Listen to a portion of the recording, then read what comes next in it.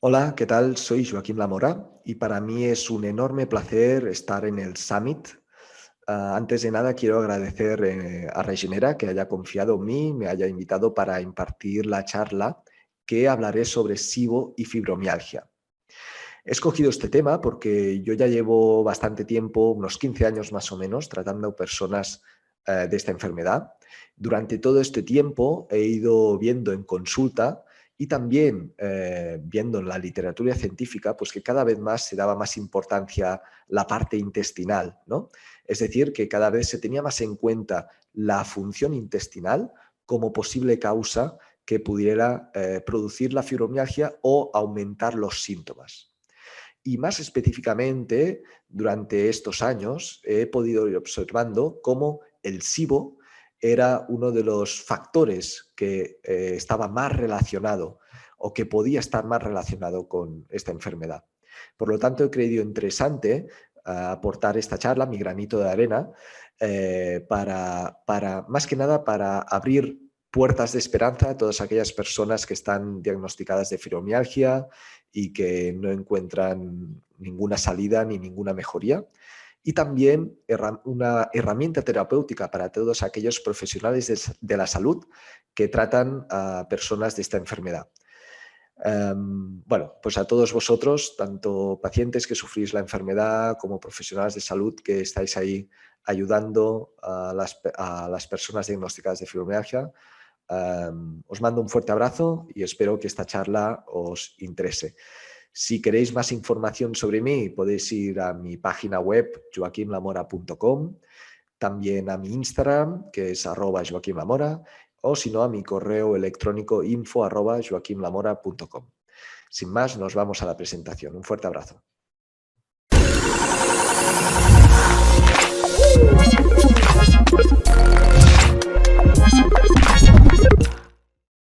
Y siempre me gusta empezar con una frase, con la frase de este neurocientífico americano muy prestigioso, que se llama Salomon Snyder, que él siempre comenta que él lee estudios científicos para obtener ideas, no evidencias. Y creo que esto es interesante tenerlo en cuenta, porque si esperamos que en un estudio científico diga de manera clara que el SIBO es un factor sí o sí de la fibromialgia, pues la verdad es que nos podemos esperar sentados, ¿no?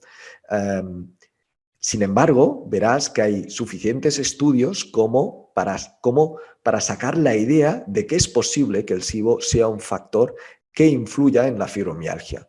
Por eso quiero empezar con esta idea, porque de esta manera creo que tenemos una visión más completa, ¿no? Es decir, la literatura científica es muy importante, pero también es importante el sentido común, es importante el conocer la biología humana y todo esto nos dará una idea un poco más completa y precisa de qué podemos hacer para ayudar a las personas. Lógicamente, también lo que pasa en el día a día, en la consulta, te puede dar muchas también herramientas para ayudar a las personas, porque una cosa es la teoría y después la otra, la práctica, lo que pasa cada día en la consulta. Vale, pues antes de nada, hacer una pequeña definición de qué es la fibromialgia, ¿no?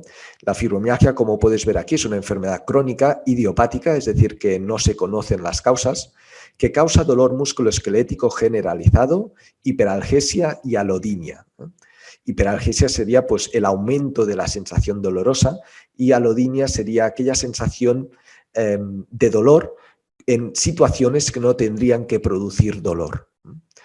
Además de esto, actualmente se ha incluido en la fibromialgia, aparte del dolor, que sería el síntoma más característico, también otros síntomas como serían la fatiga, los dolores de cabeza, el entumecimiento, la neblina cerebral, los patrones de sueño alterados y alteraciones gastrointestinales. Realmente su elevada prevalencia y morbilidad en la población adulta, el importante también consumo de recursos sanitarios, el desconocimiento de su etiopatogenia, es decir, que no se conocen las causas, el carecer también de parámetros bioquímicos alterados, es decir, que cuando miramos en la analítica no hay ningún valor que nos indique que si está mal tienes fibromialgia. Es decir, no es como la anemia, que si los glóbulos rojos están bajos, pues te dicen tienes anemia. En la fibromialgia esto no existe, no hay ningún valor del cual nos indique si tienes esta enfermedad o no.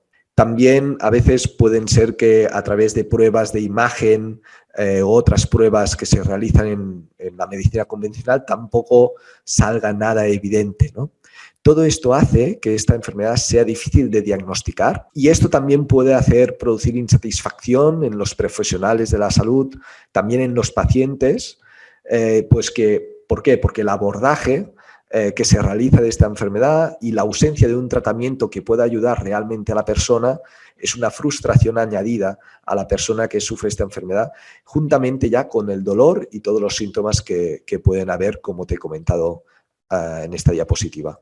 Desde mi punto de vista es importante tener en cuenta que cuando hablamos de idiopática, significa que no se conocen las causas. Esto no significa que no existan.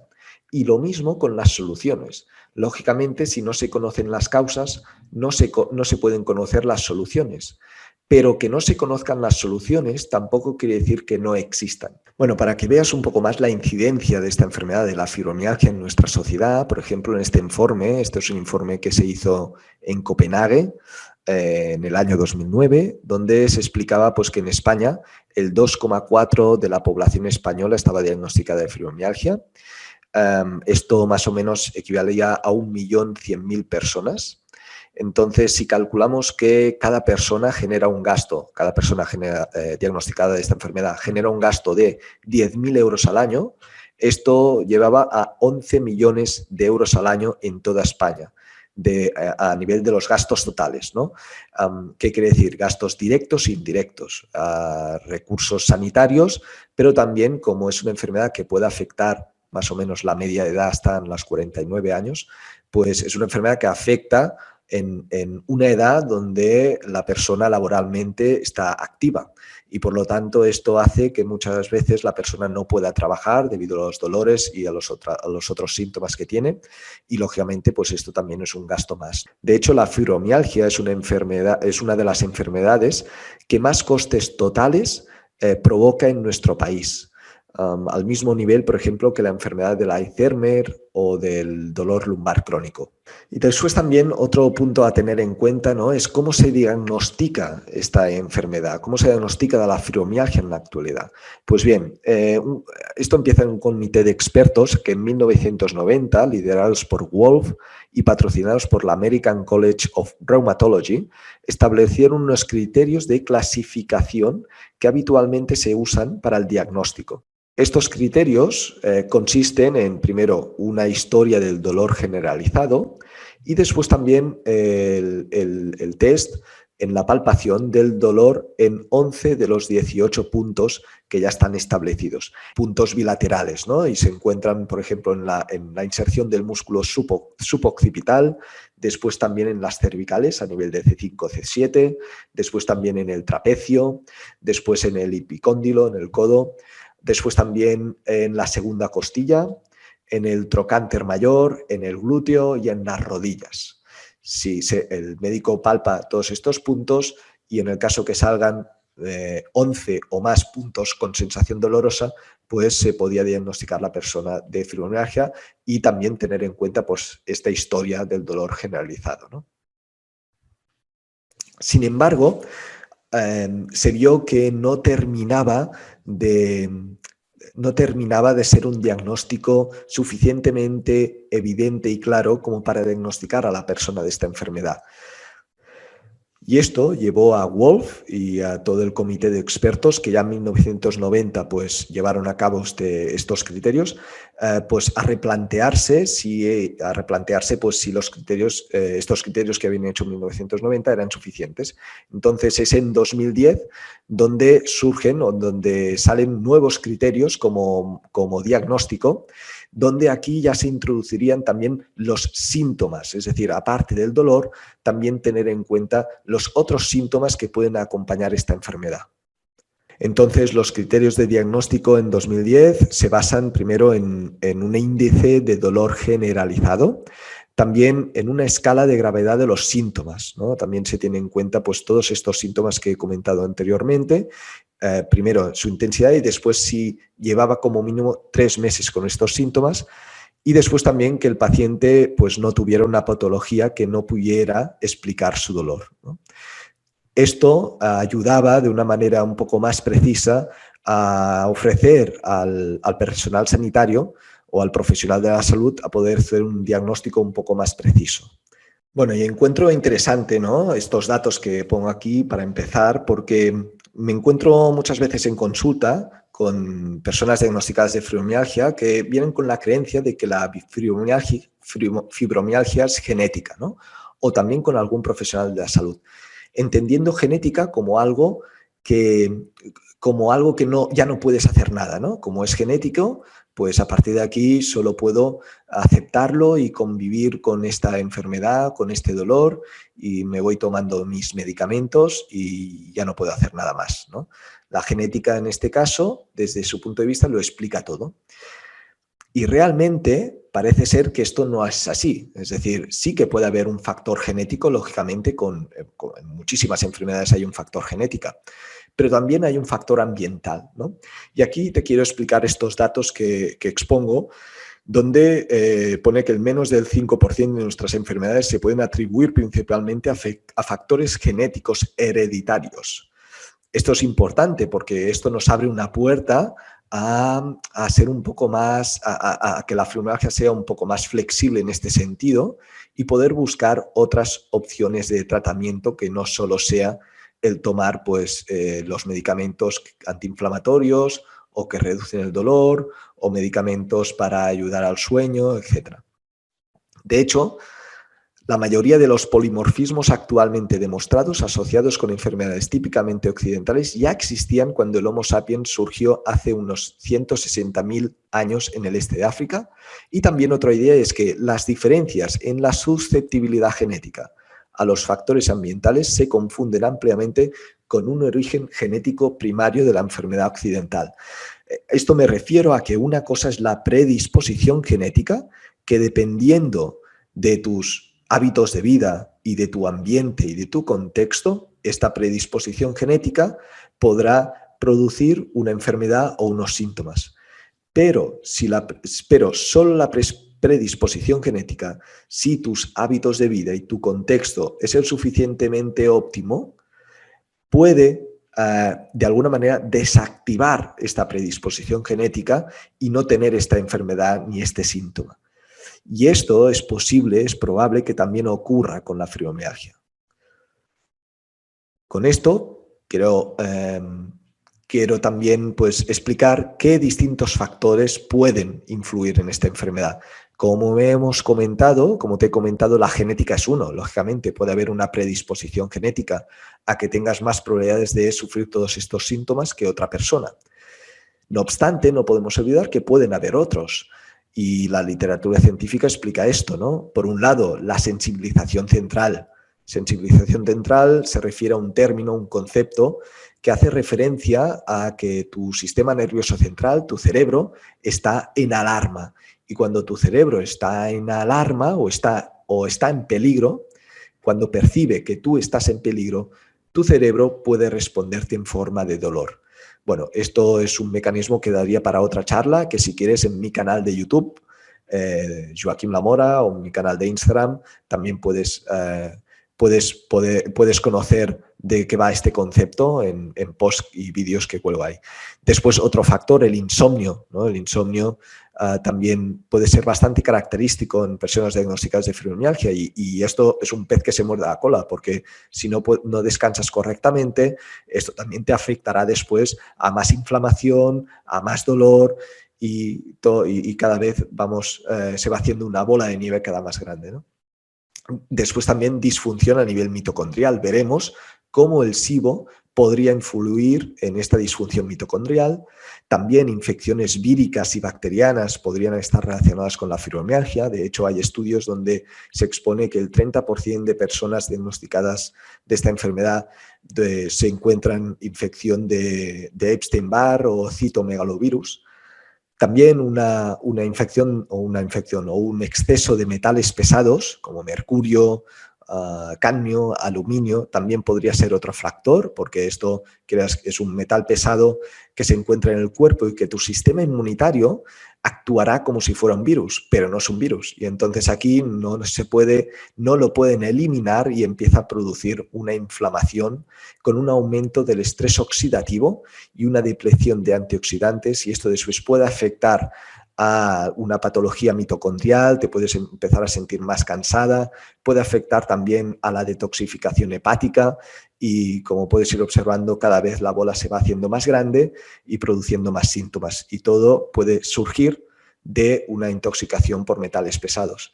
También, lógicamente, el estrés, ¿no? Las emociones son súper importantes y puede estar muy relacionado también con esta enfermedad.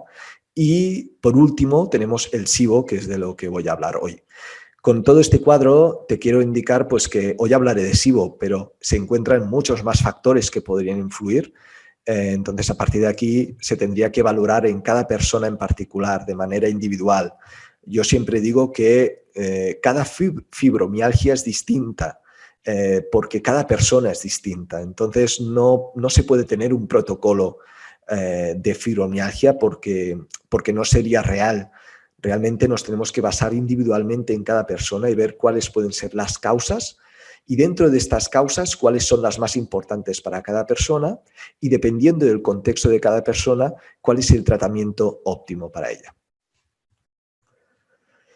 Muy bien, y como hablaremos también de SIBO, pues, y como seguramente en este summit habrás ya escuchado varias veces, de hecho yo te explico de manera muy resumida, porque seguramente ya lo conoces. El SIBO sería este aumento de bacterias, este sobrecrecimiento de bacterias en el intestino delgado. En el intestino delgado no tendrían que haber tantas bacterias, y como hay este sobrecrecimiento, como puedes ver aquí, pues la fermentación se produce mucho antes y esto empieza a producir síntomas. Dicho esto, el término SIBO quizá ahora actualmente se está quedando desactualizado, porque realmente puede ser un sobrecrecimiento de bacterias, pero pueden ser también de otros tipos de microorganismos como las arqueas, ¿no? Y en este caso el tratamiento puede cambiar y también la manera de expresarse el SIBO es distinta. Entonces se tiene que hacer pues, un análisis más específico en cada persona de sus síntomas referentes al SIBO. Y también pues, tener en cuenta la prueba, ¿no? La prueba que se hace pues, de gases expirados, donde se mira el hidrógeno y el metano, sería una prueba interesante para poder diagnosticar y saber hasta qué punto la persona puede tener SIBO. Sin embargo, también debemos tener en cuenta que más o menos un 20% de las personas que hacen la prueba, que salen negativos, pueden ser positivos. Entonces, no solo la prueba es válida, sino que también es importante tener los síntomas, tener en cuenta los síntomas. Bueno, y si vamos a ver más específicamente, ¿no?, qué puede ocurrir cuando hay un SIBO, una de las cosas que puede ocurrir y que es de sentido común es una mala absorción de los nutrientes, ¿no? Por ejemplo, puede ocurrir una mala absorción de las vitaminas liposolubles como vitamina D, vitamina A, o puede haber una alteración de la vitamina B12, o puede haber también una falta de absorción del magnesio o del hierro. Y todo esto, por ejemplo, puede contribuir al daño mitocondrial o a la falta de nutrientes a nivel para las mitocondrias, y también al aumento del dolor que iremos viendo, ¿no? Lógicamente, esta mala absorción se puede producir porque existe esta inflamación intestinal, hay una atrofia de las vellosidades intestinales y hay también un deterioro de la digestión, ¿no? Muchas veces cuando hay un SIBO puede haber pues una falta de producción de ácido clorhídrico a nivel digestivo, una mala producción de bilis y también una insuficiencia de enzimas pancreáticas que dificultan el proceso digestivo y, como te he comentado, también esta absorción. Bueno, y empezamos pues a hablar más directamente de SIBO y fibromialgia en este estudio realizado por Geoffrey Littlejohn ya hace unos años atrás, donde aquí ya empieza a hablar de lipopolisacáridos y cómo estos pueden empezar a producir algunas citocinas inflamatorias como el interferón o el TNF-alfa, y que esto a la vez puede aumentar la neuroinflamación y cursar con dolor. Y describe que este proceso podría ser un factor que produjera la fibromialgia. Es un estudio muy interesante porque ya explica este mecanismo, aunque no lo conecta con el SIBO, ¿no? Habla de los lipopolisacáridos, pero sin conectarlo con el SIBO. Y de hecho debemos tener en cuenta que en el intestino, cuando hay un intestino, una disbiosis intestinal o un SIBO, con un intestino permeable, es cuando se pueden producir la mayor cantidad de lipopolisacáridos que pueden ir a la sangre y de aquí pues ir a todo el cuerpo vía sanguínea. Y seguimos con algunos estudios donde nos explican pues, que, por ejemplo, la administración oral de antibióticos condujo al alivio del dolor y otras medidas clínicas de la fibromialgia. Este estudio realizado por Pimentel y otros científicos. Pimentel es uno de los que, si buscas información sobre SIBO, pues verás que es uno de los que estudia más sobre este tema. También se observa en otro estudio donde la erradicación del SIBO con terapia antimicrobiana, es decir, antibióticos, conducía a mejoras clínicas en pacientes con fibromialgia en proporción directa a la eficacia antimicrobiana. Y otro estudio donde se observa que el SIBO puede causar un aumento de la permeabilidad intestinal, y en este estudio se observa que las personas diagnosticadas de fibromialgia tenían más probabilidades de tener un intestino permeable. Y esto es importante porque al haber un intestino permeable, como veremos más adelante, puede aumentar, el sistema inmunitario puede aumentar la producción de citoquinas inflamatorias y esto aumentar las probabilidades de tener varios síntomas relacionados con la fibromialgia. También se observa en este estudio que personas diagnosticadas de fibromialgia pueden tener o pueden existir infecciones gástricas e intestinales por Campylobacter, Yersinia enterocolítica y Helicobacter pylori. Dicho esto, hablamos de Helicobacter pylori cuando hay un sobrecrecimiento de Helicobacter pylori. El Helicobacter pylori no es una bacteria mala, porque es necesaria para nosotros, porque ayuda, por ejemplo, a prevenir otras enfermedades. El problema es cuando hay un sobrecrecimiento de esta bacteria que puede cursar síntomas, entonces a partir de aquí se tiene que valorar en cada caso. Otro estudio también donde habla la fibromialgia como el link gastrointestinal, ¿no? Habla que el 73% de los pacientes diagnosticados de fibromialgia reportan síntomas gastrointestinales. Después también se observa que en un 30 o 70% de pacientes diagnosticados de fibromialgia se observa pues, que hay un síndrome del intestino irritable. También se observa pues, que por encima del 50% de los pacientes diagnosticados de fibromialgia tienen procesos de dispepsia, ¿no? Es decir, malas digestiones. En este estudio, por lo tanto, nos indica que claramente podemos ver pues, que personas que tienen esta enfermedad también tienen problemas intestinales digestivos. De momento no sabemos hasta qué punto es primero la fibromialgia y después los problemas digestivos intestinales o al revés, ¿no? O si la causa puede ser más el factor intestinal. Iremos viendo en nuevos estudios. Por ejemplo, en donde se encuentra que se cogieron personas diagnosticadas de intestino irritable y personas diagnosticadas de fibromialgia. En este caso se hizo pues, el test expirado con lactulosa, donde solo se medía el hidrógeno. Se vio que en las personas diagnosticadas de intestino irritable, el 93 de 111 personas, es decir, el 84%, daban positivo en SIBO, y en personas diagnosticadas de fibromialgia era el 100%. Realmente los resultados de este estudio es impactante y por lo menos aquí lo que indican es que es interesante, desde mi punto de vista, tener en cuenta el SIBO en personas que están diagnosticadas de fibromialgia.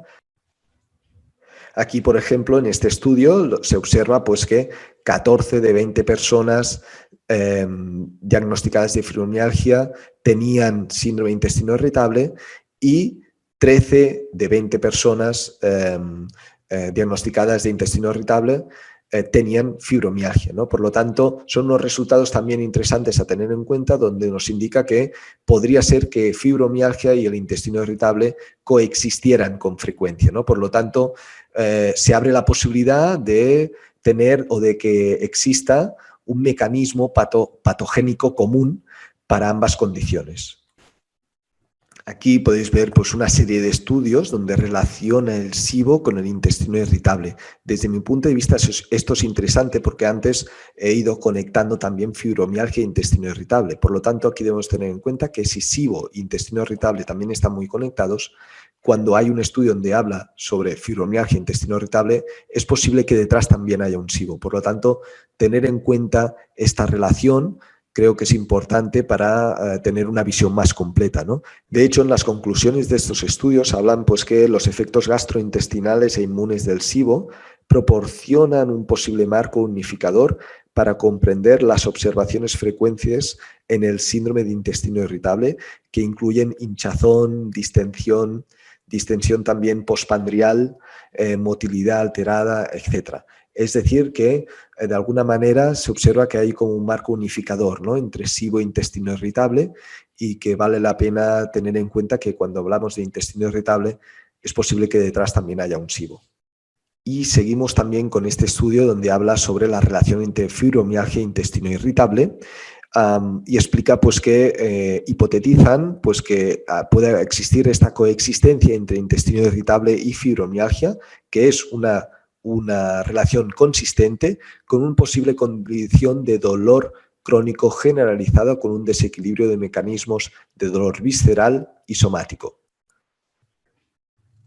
Muy bien, entonces hemos visto los distintos estudios donde explican esta posible conexión entre SIBO y fibromialgia, pasando también por el síndrome de intestino irritable, y ahora vamos a ver cuáles son los posibles mecanismos moleculares que pueden explicar pues esta relación entre SIBO y fibromialgia, es decir, cómo el SIBO puede contribuir al dolor muscular, al daño de la función mitocondrial, a los déficits de energía, a los posibles problemas del sueño, etc.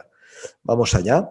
Entonces, vemos este primer estudio donde el SIBO se asocia con la sobreproducción y absorción de desechos celulares bacterianos, también con sustancias que son directamente tóxicas para la producción de energía celular, la función muscular y nerviosa, como son el ácido láctico, que hablaré más tarde, también la tiramina, el ácido tartárico y el sulfuro de hidrógeno, que también hablaré sobre él. Básicamente aquí el tema es el exceso de estas sustancias muchas veces, sobre todo en el sulfuro de hidrógeno, porque este gas también tiene efectos beneficiosos, pero el problema es cuando se produce en una cantidad elevada y hay un intestino permeable del cual puede ir a nivel de sangre y producir a través del sistema inmunitario sustancias como citoquinas inflamatorias. También las bacterias gram negativas intestinales producen endotoxinas llamadas lipopolisacáridos, que alteran la producción de energía ATP del músculo esquelético al estimular una enzima que se llama ATPasa del sodio y potasio del músculo esquelético. La endotoxina también, es decir, estos lipopolisacáridos aumentan el lactato en sangre, lo que indica una producción de energía celular alterada y en condiciones aerobias donde no tendría que haber este aumento de lactato en sangre.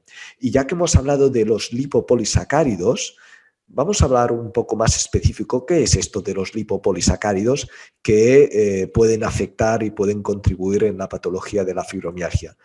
De hecho, los lipopolisacáridos serían pequeños trozos de pared celular de las bacterias gram negativas, los cuales activan el sistema inmunitario, ¿no? Es decir, te están diciendo tu sistema inmunitario que ahí está ocurriendo algo, ¿no? Es como un indicador de que algo pasa a nivel intestinal.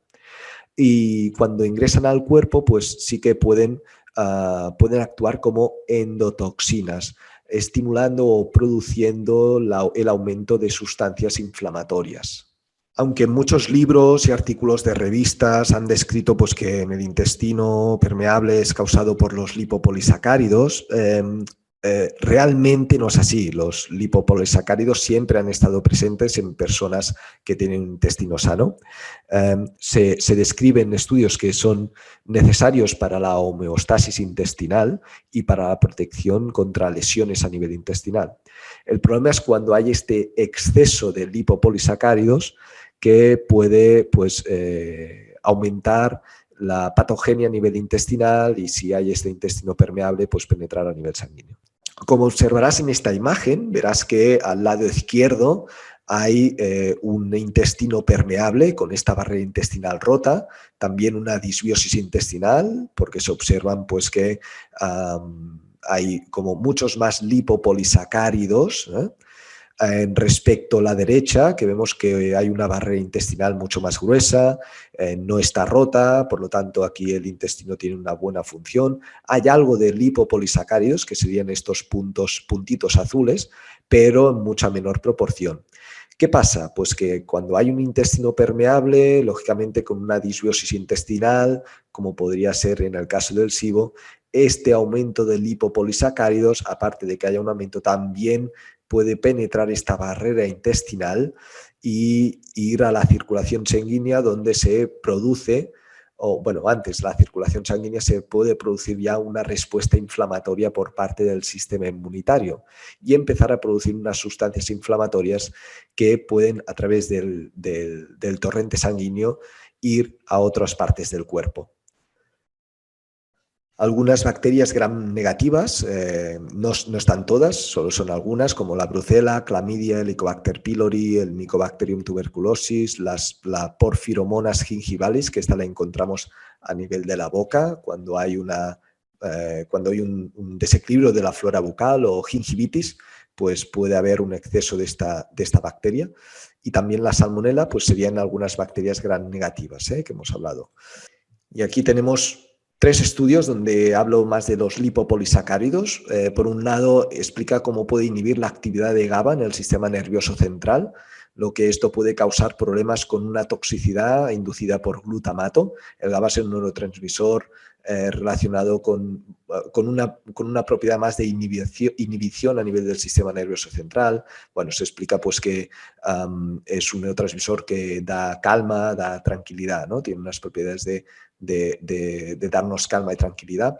De hecho, también después el segundo estudio habla del fibrofog, que sería la niebla mental, que hablaremos después, porque de hecho el fibrofog sería una también de los factores o de los síntomas que se incluyen en todo el cuadro de la fibromialgia. Y que esto pues, podría estar producido por esta neuroinflamación debido a los lipopolisacáridos. Y después un tercer estudio donde se habla de los umbrales de dolor, que iremos hablando más específicamente, cómo el aumento de estos lipopolisacáridos ingresando a nivel circulación sanguínea, estimulando la producción de citoquinas inflamatorias, pues también podrían hacer reducir los umbrales de dolor, es decir, hacer que tengas una sensibilidad al dolor aumentada. Y en este review de 1995 lo encuentro muy interesante porque ya en aquel entonces se empieza a explicar cómo pueden haber algunas citoquinas inflamatorias que puedan ser uno de los factores que produzcan dolor, ¿no? Aquí podemos encontrar una célula de Kupffer del hígado, cómo pues, absorbe este lipopolisacárido produciendo una citoquina llamada interleuquina 1. Y esta interleuquina 1, como puedes observar, se une específicamente a estas células bueno, no son las células llamadas paraganglios a nivel abdominal, y estas células forman una sinapsis, es decir, interleuquina 1 forma una sinapsis con estas células que transmitirán esta información a través del nervio vago hasta llegar al sistema nervioso central, y ahí podrá cursar con un aumento de la sensación dolorosa, entre otras enfermedades. Es interesante porque ya en este estudio nos habla de este rol de las citoquinas inflamatorias en relación con el sistema nervioso central y en la producción de dolor. Y en este estudio es otro estudio donde explica esta comunicación entre intestino, cuando un intestino está permeable y lo que puede producir a nivel del cerebro, ¿no? Como ves, pues por ejemplo, aquí hay este intestino permeable donde han entrado estos lipopolisacáridos y estos lipopolisacáridos lo que hacen a nivel de la circulación sanguínea es activar estas células mononucleares, las PBMC, células mononucleares, que producirán una serie de citoquinas que pueden llegar hasta a nivel del cerebro y hacer estos cambios pues a nivel del estado de ánimo, ¿no? También aquí ves drinking behavior porque es conducta del bebedor, porque es un estudio hecho en personas con dependencia al alcohol. También a nivel del sistema nervio vago, también esta interleuquina beta, esta citoquina inflamatoria, que es transmitida a nivel del nervio vago, también puede sensibilizar a nivel del sistema nervioso central. Otros estudios también aquí donde hablan de que estos lipopolisacáridos altos se encuentran en personas diagnosticadas de síndrome de fatiga crónica. También pueden producir esta toxemia, siendo una de las principales causas de la conducta del enfermo, que esto os hablaré un poco más adelante en qué consiste. También se observa que estos niveles altos de lipopolisacáridos también pueden tener marcadores del TH1 y TH17 altos, son componentes del sistema inmunitario, los cuales podrían reducir los niveles de los linfocitos T reguladores, que serían linfocitos que ayudan a calmar tu sistema inmunitario, a dar tranquilidad, de alguna manera ayudan a regular, ¿no? A equilibrar tu sistema inmunitario. Si estos linfocitos T reguladores hay poca cantidad, pues entonces es más difícil de que el sistema inmunitario esté tranquilo, ¿no? Niveles altos también de estos lipopolisacáridos podrían indicar niveles altos a nivel del biofilm, ¿no? Y os hablo un momento de biofilm porque creo que es importante tenerlo en cuenta cuando se habla del SIBO. El biofilm es como una membrana que se parece al pegamento que producen los microorganismos para, de alguna manera, esconderse del sistema inmunitario, ¿no? El biofilm hace que las bacterias comensales se aseguren a nuestro revestimiento mucoso. Por ejemplo, influye en la composición de la microbiota intestinal, al producir biopelículas para proteger las bacterias buenas y combatir las malas. También ayudan a las bacterias a comunicarse y expresar genes juntas. Por ejemplo, si las bacterias comensales tienen un patógeno en el sistema, todas expresan el mismo gen para intentar crear péptidos antimicrobianos para combatir este patógeno. Por lo tanto, el biofilm es interesante y es necesario. Aquí os dejaría pues una imagen de lo que sería el biofilm de esta bacteria Staphylococcus aureus, pero también tiene cosas malas, ¿no? Y es que a veces este biofilm hace que las bacterias sean más resistentes a los antibióticos. Y esto significa que puede haber tratamientos, en este caso tratamientos para el SIBO, que no terminen de mejorar porque no se está tratando este biofilm como toca. Entonces, ¿qué puedes hacer para eliminar el biofilm? Pues primero de todo, tener o producir una óptima cantidad de ácido clorhídrico y bilis. Esto ayuda a prevenir la formación de biofilm. También practicar el ayuno intermitente permite activar el movimiento motor migratorio, que es un movimiento que estimula tu intestino, es un movimiento de limpieza a nivel intestinal y que es interesante pues activarlo a través del ayuno, se puede activar para hacer una limpieza a nivel intestinal que permitirá reducir este biofilm. También hay podéis encontrar productos fitoterapéuticos como el jengibre, la cúrcuma, la berberina, el aceite de orégano, el aceite caprílico, también el chitosan, el ajo, la N-acetilcisteína, lactoferrina, lactobacillus reuteri, esto sería una bacteria, la tripsina, son ya enzimas, serratiopeptidasa y la natoquinasa, son algunos de las herramientas terapéuticas que puedes utilizar para tratar el biofilm. Otra posible hipótesis es el exceso de sulfuro de hidrógeno en relación a la fatiga. De hecho, en este estudio habla de la síndrome de fatiga crónica, pero bueno, el sentido común nos dice que si un exceso de sulfuro de hidrógeno puede aumentar la fatiga, esto también podría ser un factor a tener en la fibromialgia, pues es una enfermedad donde la fatiga es uno de los factores también o de los síntomas importantes, ¿no? ¿Qué es el sulfuro de hidrógeno? Es este gas que causa el olor característico de los huevos podridos. Tiene un efecto beneficioso cuando hay una cantidad óptima, que tiene un papel citoprotector en varios órganos y tejidos. Lo que pasa es que si hay un exceso, entonces puede producir problemas o como daños mitocondriales, ¿no? Por ejemplo, se une a una enzima mitocondrial, el citocromo C oxidasa, que forma parte de este complejo 4 de la cadena de transporte de electrones, y esto hace que se reduzca la fosforilización oxidativa y la producción de ATP. Cuando se reduce la producción de ATP significa que hay menos energía. También apunta a una mayor formación de radicales libres y a una condición que disminuiría la síntesis de también ATP, ¿no?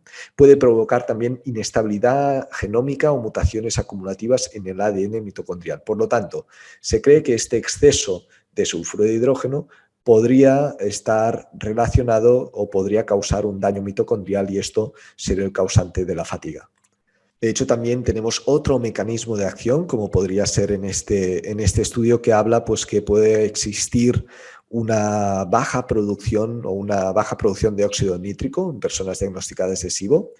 Esto hace que haya una producción aumentada de prostaglandinas y citocinas y esto también pues, hace que haya un aumento de la sensibilización a nivel de neuronas periféricas y centrales en la percepción y transmisión del dolor.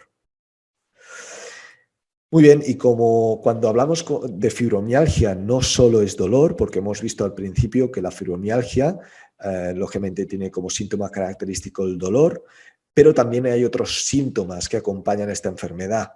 Una de ellas es la neblina mental, o que podría estar muy relacionado con problemas a nivel de cognición, ¿no? De memoria, problemas a nivel pues, de dificultad para recordar palabras, olvido en la información, incluso pueden haber personas que se pueden perder fácilmente, que no recuerdan por dónde han pasado.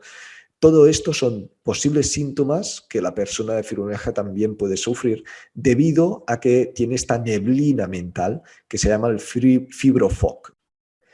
De hecho, la neblina mental podría representar el tercer síntoma que esto se observa pues, en distintos sitios web en los institutos nacionales de salud.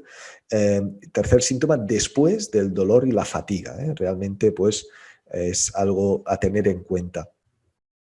Y como puedes ver en esta diapositiva, el D-lactato podría ser un neurotóxico que pudiera producir esta fibrofog, esta niebla mental.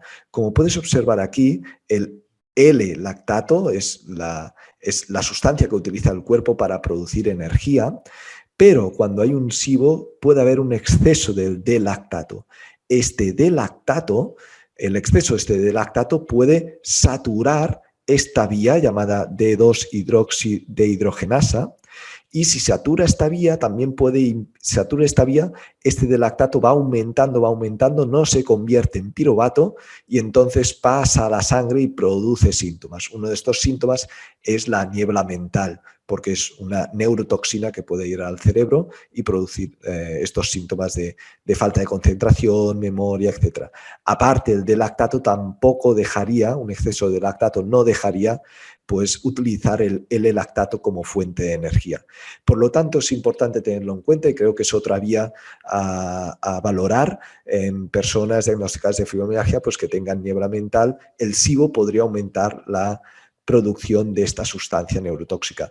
De hecho, ¿qué pasa? Que cuando realizamos una alimentación, cuando comemos alimentos con azúcares simples, esta capa de moco que tiene que estar a nivel del colon, sobre todo aquí la parte descendente del colon, hay una capa de moco más importante que la otra parte del colon. Pues bien, el hecho de comer azúcares simples, productos ultraprocesados, puede hacer que esta capa de moco aumente más en capas posteriores, en partes superiores, en zonas del intestino delgado. Y esto puede hacer aumentar también este SIBO. La alimentación de azúcares de productos ultraprocesados aumentaría este moco y producir este SIBO, del cual entonces podría llegar todos los otros síntomas que estamos hablando. Y aquí encontramos pues, que la tiamina, la vitamina B1, una dosis de 3 veces al día 500 miligramos de vitamina 1, se podría utilizar como herramienta terapéutica para ayudar a bajar la neblina mental o reducir la neblina mental. También una dieta cetogénica podría ser interesante, pero bueno, en estos dos casos, tanto en la dosis de vitamina B1 como en la dieta cetogénica, lógicamente esto es una propuesta solo informativa. Aquí tú te tienes que ayudar de tu terapeuta por si realmente tú necesitas esto. Pues el SIBO es algo más complejo y va mucho más allá que tomar vitamina B1 y hay muchos factores que influyen, ¿eh? Otro factor a tener en cuenta cuando hay un SIBO es que pueden haber unos niveles bajos de la enzima llamado 5-hidroxitriptófano, el 5-HT, los cuales se ha visto que pueden estar involucrados con la fibromialgia. De hecho, esta enzima se sintetiza a partir del aminoácido L-triptófano y se ha visto pues, que a nivel intestinal, cuando hay una disbiosis intestinal o cuando hay un SIBO, podría haber una reducción de la absorción de este triptófano. Esto puede ser debido a ciertas bacterias o exceso de ciertas bacterias como la Escherichia coli, el Proteus vulgaris o las bacteroides, que producen una enzima llamada triptofanasa, la cual destruye el L-triptófano a nivel intestinal antes de que se pueda absorber, ¿no? Y como sabemos, pues este triptófano sería como la materia prima para producir después serotonina y después melatonina. Lógicamente este proceso, como ves, hay varias enzimas y también hay cofactores como magnesio, vitaminas, que ayudan a que se realice esta producción. De hecho, aquí también deberíamos tener en cuenta pues, que en el SIBO puede haber esta falta de absorción de nutrientes, que también podrían influir en esta baja producción o que podrían interferir en la producción de triptófano a serotonina y serotonina-melatonina. Además, también, como hemos visto anteriormente, el intestino, un intestino permeable, debido, por ejemplo, a un SIBO, aumenta estas sustancias inflamatorias llamadas citoquinas inflamatorias. Pues bien, cuando se producen estas citoquinas inflamatorias puede haber una inflamación de bajo grado, un low grade inflammation, y esto podría hacer que el triptófano se fuera más a la vía de la quinurenina. ¿Por qué? Porque cuando hay más citoquinas inflamatorias, se activa más esta enzima llamada IDO. Si se activa más esta enzima llamada IDO, el triptófano dejará de convertirse en 5-hidroxitriptófano y se convertirá en mayor cantidad en quinurenina. ¿Esto qué hará? Esto hará pues, que haya menos cantidad de serotonina. Y como la serotonina está relacionada con el estado de ánimo, también con el sueño, pues podría ser un factor a tener en cuenta también en personas diagnosticadas de fibromialgia. Pues en estudios también hemos visto cómo una falta de serotonina podría estar relacionada con la sensibilidad al dolor. Y otro punto a tener en cuenta, y hablando del SIBO, es la patología mitocondrial. Hemos visto pues, que este SIBO aumenta esta inflamación puede aumentar los radicales libres y esto puede dañar a nivel de las mitocondrias. Esto puede hacer también que haya un déficit de la coenzima Q10. De hecho, se ha encontrado pues, que en personas diagnosticadas de fibromialgia se observa que hay más o menos un 40% menos de esta coenzima Q10. Por lo tanto, esto nos indica que en personas diagnosticadas de fibromialgia puede haber esta patología mitocondrial y puede ser también debida a un SIBO, ¿no? Por ejemplo, aquí hago una explicación de cómo estos lipopolisacáridos que he comentado anteriormente, estas endotoxinas, reducen la función mitocondrial, lo cual puede disminuir esta síntesis de ATP y esto aumenta el estrés oxidativo, aumentando la percepción de dolor, aumentando la producción de citoquinas inflamatorias como TNF-alfa, interleuquina 6, 18 y activación a nivel del PIPAR, el cual aumenta el dolor. Estas sustancias, al traspasar la barrera hematoencefálica, podría ser un posible factor de aumento del dolor o de sensibilidad a nivel del dolor. Y aquí tenéis un esquema, como un resumen de los posibles mecanismos moleculares que os he explicado, como por ejemplo un SIBO produce esta absorción de endotoxinas llamadas lipopolisacáridos, y esto aumenta el número de citoquinas, prostaglandinas y activación de los receptores NMDA. Esto ya de por sí puede producir este dolor y estos síntomas relacionados con la fibromialgia. Después hemos hablado de la triptofanasa, el aumento de esta enzima que lo que hace es degradar el triptófano antes de que se absorba, por lo tanto hay una reducción del triptófano en plasma.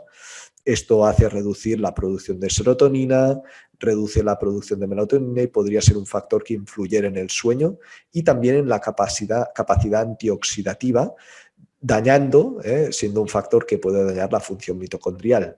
Por lo tanto, aquí tendríamos una explicación a nivel también del sueño, a nivel también de energía, si hay un daño mitocondrial. Por otro lado, hemos hablado también del D-lactato y del sulfuro de hidrógeno, cómo estas neurotoxinas pueden afectar a nivel cerebral, produciendo el fibro-FOC y también produciendo este estrés oxidativo y esta depresión de antioxidantes, produciendo todos estos síntomas que hemos comentado. Bueno, y por último me gustaría hablarte de esta teoría del Selfish Immune System, que parte de una teoría que era el Selfish Brain, el cerebro egoísta, pues explicada por Peters ya hace un tiempo atrás, que a partir del cerebro egoísta pues derivó el Selfish Immune System, donde varios autores han hablado sobre este tema, y creo que es interesante también aplicarlo en la charla de hoy, en el SIBO-fibromialgia. ¿Por qué? Porque cuando hablamos de energía debemos entender que nosotros tenemos como dos sistemas principales, el sistema nervioso central y el sistema inmunitario. Hay una energía y esta energía no se puede aumentar. Estos dos sistemas son principales en el cuerpo, es decir, que están por encima de los otros sistemas, pero debemos tener en cuenta que no tienen reservas de energía, es decir, que con la energía que tienen se tienen que apañar ellos dos, ¿no? Entonces, cuando todo va bien, la energía por la mañana se dirige al sistema nervioso central para que tú puedas estar más concentrada, concentrado, atenta, etcétera, ¿no? Para que puedas rendir tu día a día. Y cuando llega la noche, la energía se va más hacia el sistema inmunitario. ¿Para qué? Pues para que tu sistema inmunitario lleve a cabo sus funciones.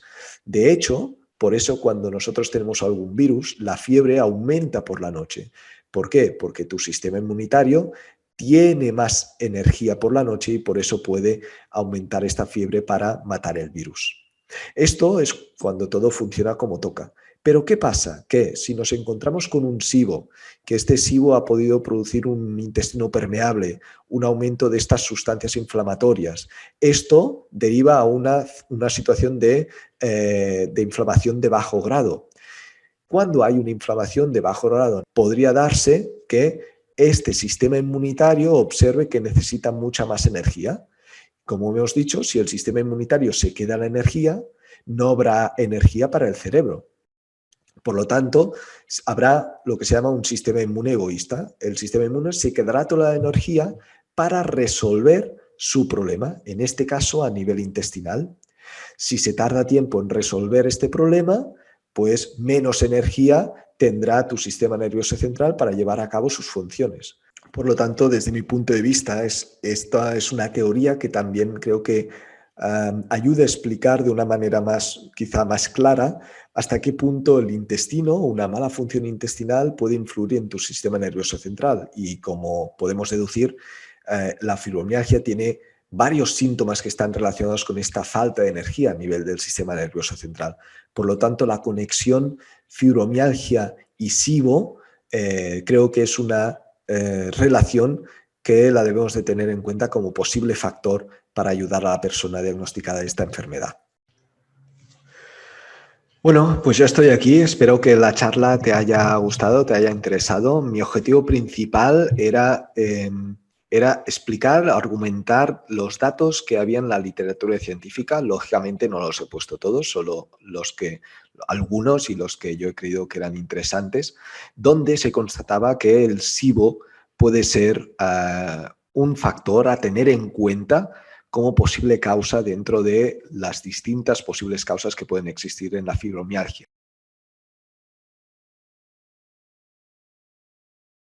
Respecto a la dieta FODMAPs, es un tipo de dieta que tampoco se puede hacer durante mucho tiempo, porque lo que se hace en esta dieta es reducir ciertos alimentos que tienen un tipo de fibras para que no fermenten a nivel de intestino delgado, pero también son necesarias que fermenten a nivel del colon para producir ácidos grasos de cadena corta, que son tan importantes para la salud. Entonces es un tipo de alimentación que no vale para hacer toda la vida, y también debemos tener en cuenta que el hecho de hacer la dieta FODMAPs, el hecho en sí de hacer la dieta FODMAPs no mejora el SIBO. Lo que hace es reducir los síntomas, pero no los mejora. Entonces, debemos de aplicar, aparte de seguir esta propuesta alimentaria, también es importante llevar a cabo otras medidas. Dicho esto, te explico cuáles serían, qué es lo que debemos tener en cuenta para tratar un SIBO. Antes de nada, debemos tener en cuenta que el intestino forma parte de todo el sistema gastrointestinal. Por lo tanto, significa que cuando vamos a hacer un tratamiento a nivel intestinal, también debemos valorar cómo está la parte digestiva, es decir, cómo está tu estómago, cómo está tu producción de bilis, cómo está tu producción de enzimas pancreáticas y también cómo está tu salud bucal. Por lo tanto, mejorar, en el caso que haya un desequilibrio de tu salud bucal, mejorarlo será importante para mejorar el SIBO. ¿Qué puedes hacer para mejorar tu salud bucal en el caso que tú veas que te sangran encías o tienes gingivitis?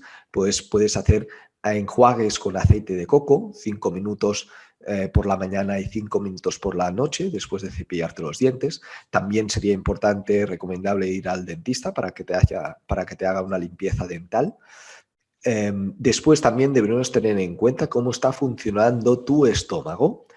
Muchas veces, en relación al SIBO, se puede encontrar una hipocloridria, es decir, una falta de producción de ácido en el estómago, que esto podría ser uno de los causantes del SIBO. Y mejorar esta producción de ácido a nivel del estómago, en el caso que sea tu caso, será básico para mejorar los síntomas a nivel del SIBO. Después también debemos tener en cuenta la producción de enzimas pancreáticas, es decir, en el caso que haya un exocrine pancreas insufficiency, pues resolver esto. También estimular la producción de bilis, sobre todo se ha visto que cuando hay un exceso de gas metano en el SIBO, que puede ser debido por un exceso de arqueas, que son un tipo de microorganismos, el hecho de estimular la producción de bilis puede ayudar a limpiar o puede ayudar a reducir este número de arqueas. ¿Cómo se puede hacer esto? Pues tomar, por ejemplo, una o 2 cucharadas soperas de aceite de oliva virgen extra antes de las comidas. Esto estimula esta producción de bilis y ayudaría a reducir este número de arqueas juntamente con todo el tratamiento. Además, también será interesante estimular el complejo motor migratorio, este movimiento o este mecanismo de limpieza que tiene tu aparato digestivo intestinal y que solo lo puedes realizar cuando no comemos. Entonces, esto significa que espaciar comidas, por lo menos que haya 4 horas entre comida y comida, ayudará a activar este complejo motor migratorio y por lo tanto será algo más también que ayuda a reducir el SIBO juntamente con todo lo que te he comentado. Aquí también debemos tener en cuenta que hablamos de SIBO, pero realmente cada vez este término está como más desfasado, porque el SIBO tiene que ver con un sobrecrecimiento de bacterias, pero a veces nos encontramos estos microorganismos llamados arqueas, que son realmente los responsables. ¿Esto cómo lo sabemos? Esto lo podemos saber a través de los síntomas, es decir, si la persona tienes diarrea, gases, ¿no? Esto puede significar que seguramente está más relacionado con un exceso de hidrógeno. Sería interesante, pues entonces, hacerte la prueba del test expirado de hidrógeno y metano con lactulosa y ver si realmente hay este hidrógeno expirado. Por otro lado, si hubiera el metano elevado, tendría que ver con este exceso de arqueas y los síntomas generalmente tienen que ver más con tema de estreñimiento.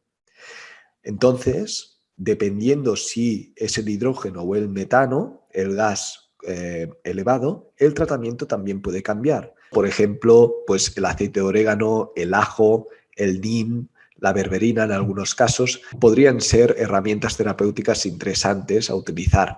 Lógicamente, esto es muy individualizado porque el SIBO, desde mi punto de vista, no solo se basa en tomar fitoterapéuticos y alimentación, sino que también, como hemos podido ver, igual que el intestino puede afectar al nivel del sistema nervioso central, el sistema nervioso central también puede influir a nivel intestinal. Por lo tanto, debemos valorar todo el contexto de la persona y me refiero a cómo está a nivel emocional, cómo está a nivel de estrés, si hace o no ejercicio físico, qué tal es el descanso. Todo esto serán pilares que también pueden influir de una manera negativa o positiva en el tratamiento del SIBO. Por último, también me gustaría decirte que muchas veces los síntomas pueden disminuir más rápido que el descenso del número de bacterias. Es decir, que puedes notar las mejorías antes de que realmente se mejore el SIBO. Por lo tanto, con esto te recomiendo que aunque tú notes esta mejoría a medida que vas haciendo el tratamiento, sigas con el tratamiento durante unas semanas más para realmente reducir este exceso de bacterias.